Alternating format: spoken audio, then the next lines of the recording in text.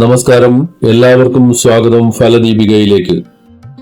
ഇന്നത്തെ ഈ ജ്യോതിഷ വീഡിയോ ചിത്തിര, ചോതി, വിശാഖം നക്ഷത്രങ്ങൾ അടങ്ങിയ തുലാം രാശിക്കാർക്ക് വേണ്ടിയുള്ളതാണ്.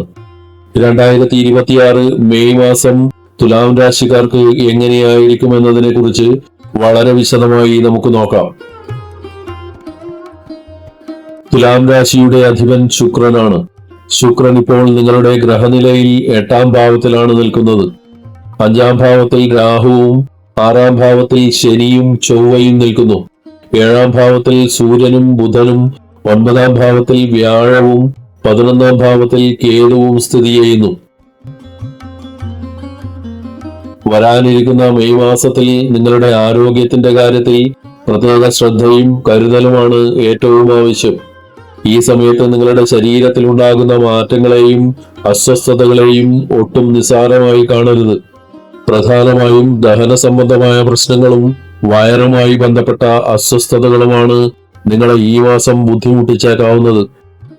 ഗ്യാസ് ട്രബിൾ, വയറിൽ എപ്പോഴും അനുഭവപ്പെടുന്ന ഒരു തരം ഭാരം അല്ലെങ്കിൽ അസ്വസ്ഥത എന്നിവയുണ്ടാകാൻ സാധ്യതയുണ്ട്. ഇതുമൂലം നിങ്ങളുടെ ദൈനംദിന പ്രവർത്തികളിൽ മടുപ്പ് തോന്നിയേക്കാം. അതിനാൽ നിങ്ങളുടെ ആഹാരശീലങ്ങളിൽ കൃത്യമായ നിയന്ത്രണം കൊണ്ടുവരണം. പുറത്തുനിന്നുള്ള എണ്ണമയമുള്ള ഭക്ഷണങ്ങളും അമിതമായി എരിവുള്ളവയും ഒഴിവാക്കി വീട്ടിലുണ്ടാക്കുന്ന ലളിതമായ ഭക്ഷണങ്ങൾ കഴിക്കുന്നത് വയറിന്റെ അസ്വസ്ഥതകൾ കുറയ്ക്കാൻ സഹായിക്കും. കൃത്യസമയത്ത് ഭക്ഷണം കഴിക്കാനും ധാരാളം വെള്ളം കുടിക്കാനും ഈ മാസം പ്രത്യേകം ശ്രദ്ധിക്കണം.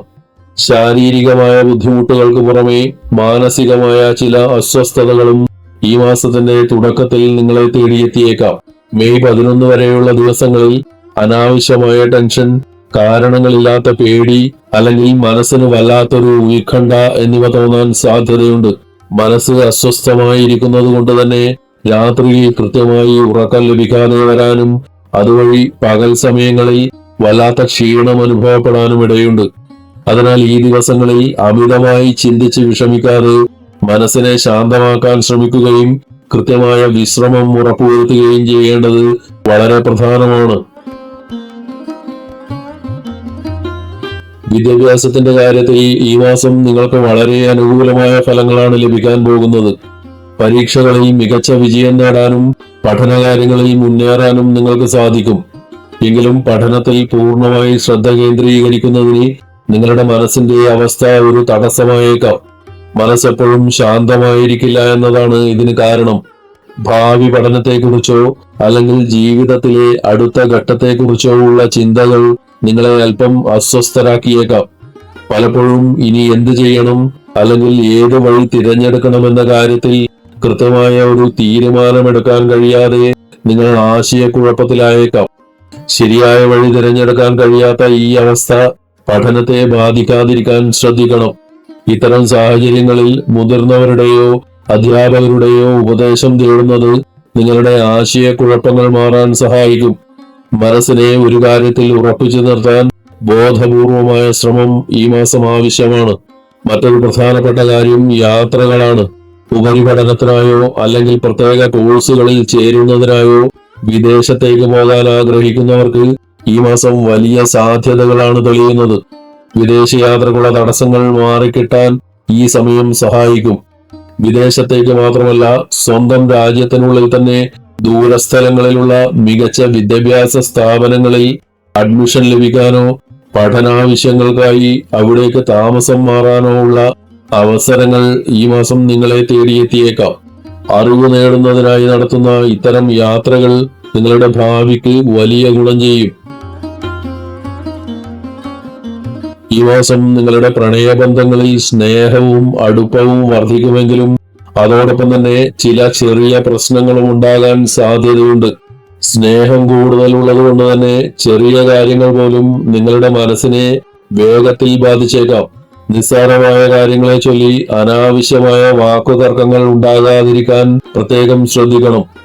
നിങ്ങളുടെ ഭാഗത്തു നിന്നുണ്ടാകുന്ന പെട്ടെന്നുള്ള ദേഷ്യം ബന്ധങ്ങളിൽ വിള്ളലുകൾ ഉണ്ടാക്കാൻ കാരണമായേക്കാം. അതിനാൽ പങ്കാളിയോട് സംസാരിക്കുമ്പോൾ സംയമനം പാലിക്കാനും ദേഷ്യം നിയന്ത്രിക്കാനും ബോധപൂർവം ശ്രമിക്കണം.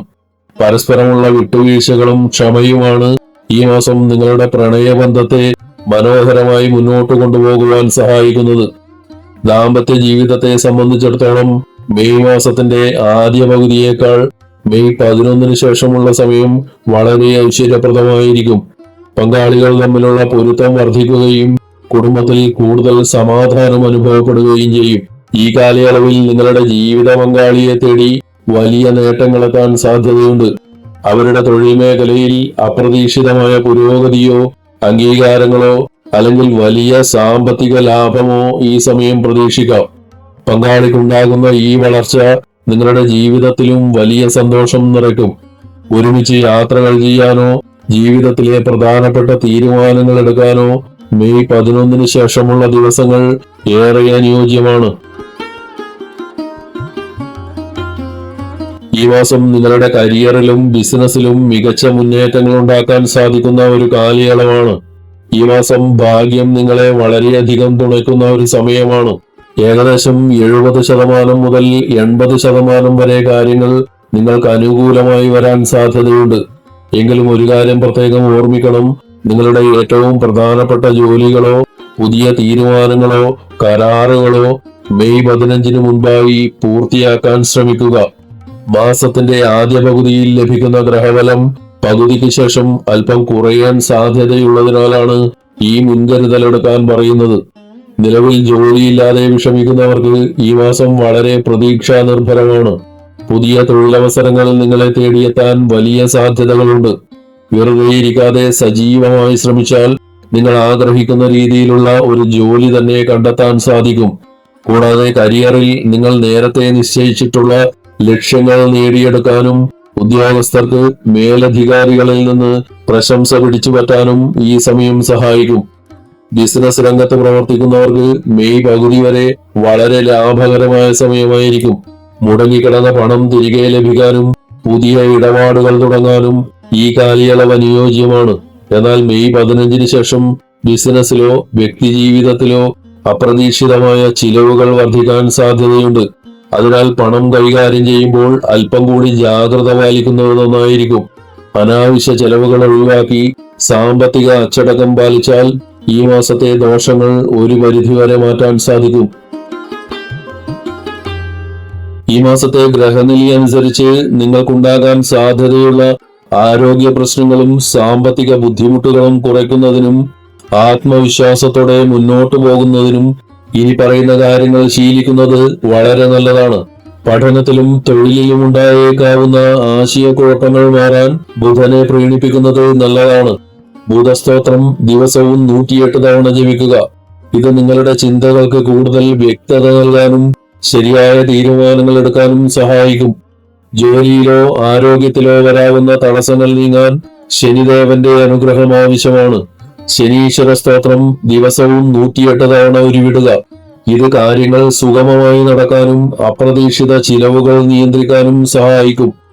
മനസ്സിലെ പേടി, ഉത്കണ്ഠ, ഉറക്കക്കുറവ് എന്നിവ പരിഹരിക്കാൻ ഹനുമാനെ ഭജിക്കുന്നത് അത്യുത്തമമാണ്. ഹനുമാൻ സ്വാമിയെ ഭജിക്കുന്നത് വഴി മനസ്സിന് വലിയ ശാന്തിയും ധൈര്യവും ലഭിക്കും. ശനിയാഴ്ചകളിൽ ഇത് ചെയ്യുന്നത് കൂടുതൽ ഗുണകരമാണ്. ഈ വിവരങ്ങൾ നിങ്ങൾക്ക് പ്രയോജനപ്പെട്ടുവെന്ന് കരുതുന്നു. ഈ വീഡിയോ നിങ്ങൾക്ക് ഇഷ്ടമായെങ്കിൽ ലൈക്ക് ചെയ്യാനും നിങ്ങളുടെ സുഹൃത്തുക്കൾക്കും ബന്ധുക്കൾക്കും ഷെയർ ചെയ്യാനും മറക്കരുത്. ഇതുപോലുള്ള കൂടുതൽ ജ്യോതിഷ അറിവുകൾക്കായി ഫലദീപിക സബ്സ്ക്രൈബ് ചെയ്യുക. എല്ലാവർക്കും നന്മകൾ ഉണ്ടാവട്ടെ. ഹരി ഓം.